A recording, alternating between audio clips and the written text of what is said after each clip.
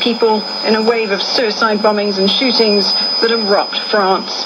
The Islamic State group has claimed responsibility for the terror attacks, which French President François Hollande declared an act of war, which he said would be dealt with mercilessly.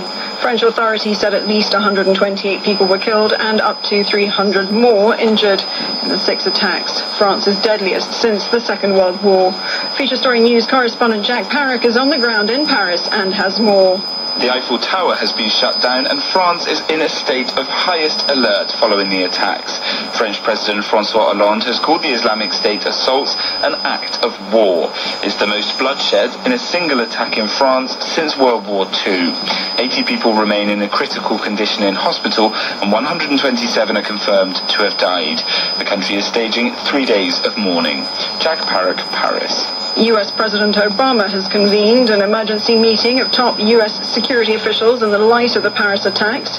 He's calling on the international community to develop a more coordinated response to the battle against the Islamic State.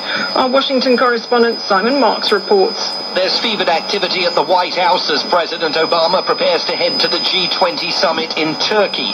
He's presiding over a full meeting of his National Security Council to review America's readiness to deal with an attack on US soil and also to press for more coordinated global attempts to combat ISIL.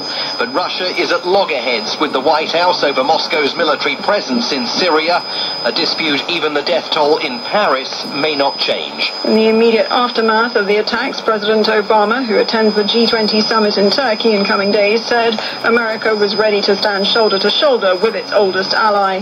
Those who think that they can terrorize the people of France for the values that they stand for are wrong. The American people draw strength from the French people's commitment to life, liberty,